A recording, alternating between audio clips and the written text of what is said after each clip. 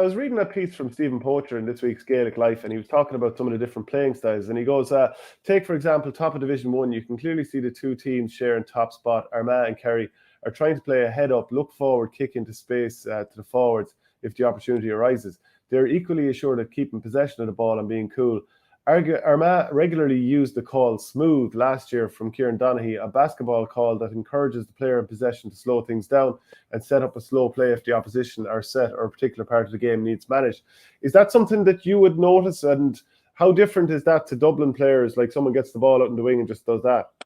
It's the very same, Shane. We all, and it filters down. Do you ever look at the club football now and lads are putting their hand up and they haven't a clue why they're putting their hand up, but they seen Dublin do it. You know that kind of way. So it's the same. Everyone is at it, and look, with the set defenses, with the packed defenses now, you need to take your time in order to manipulate the space and manipulate the play, the defense, and to get them to shift so you can exploit where they've moved out of. If you leave a defense set, the chances of breaking them down is very, very limited. You're forced to shoot from distance. You're going to run in and get bodies around, and more than likely the ref will always give that free out for over carrying, etc. So you absolutely must take your time, and lots of us have calls. Every team has a different call for whatever, and so when a team is set up, but I'd be hoping we'd be moving away a little bit from that, to be honest. And I think with Armagh, the way Kerry are playing, even Kildare and Tyrone, there wasn't a huge amount of that the last day, which was great to see. I think we were playing a bit more heads up football now, which I'm happy with. But don't get me wrong, as a manager and a coach, I love to see a team that's coached as well, that when the call comes smooth, put the hand up, whatever it might be,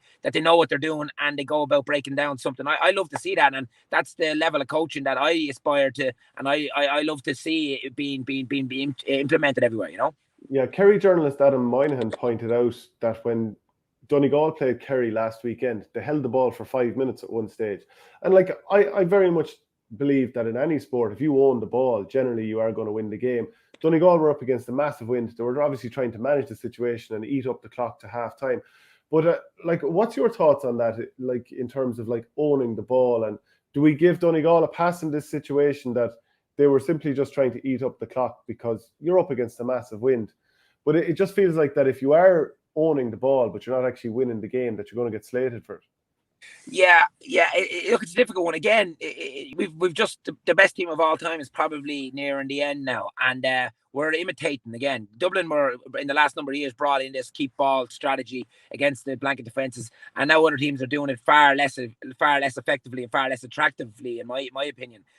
Donegal the last day, look, a gale force win in Killarney, they were 8 points to 2 down and they held onto the ball for 5 minutes. I don't mind that. In fairness, if they didn't do that and they went gung-ho and were turned over and conceded a goal and went in 1-8 or whatever at half-time, we'd all be slating Declan Bonner and Rochford as well for just how tactically naive were they. So you probably can't win, Shane, really, in that no matter what you do, someone's going to detract from you. But I look, ultimately, people take away from the skill. It takes huge skill and huge brains for a group of lads to hold the ball for 5 minutes. I don't care at what level it is. If you're getting pressed and if you're under pressure in a competitive National League game where 2 points are very important, Kerry didn't just sit off them. And there was men pressing, there was men tackling, and Donegal, in fairness to them, had the skill and had the wherewithal to hold the ball for 5 minutes. While it's not attractive, the people don't want to see it, it's very effective. It sucks 5 minutes off the clock.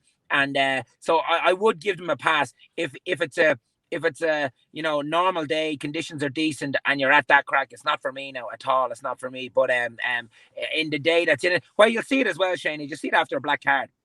If you go down to 14 men against a team, and look, you might have a point or two lead, and you want to see this out for 7 or 8 or 9 minutes, people will tend to attack a bit slower and take more out of the clock. Essentially, slow down your kick out, slow down everything to run the clock down to get your man back to get the parity. So we've seen it all before. It's just not very attractive. But I do honestly believe I'm all for the positivity, Shane. I think we're getting away from this crack.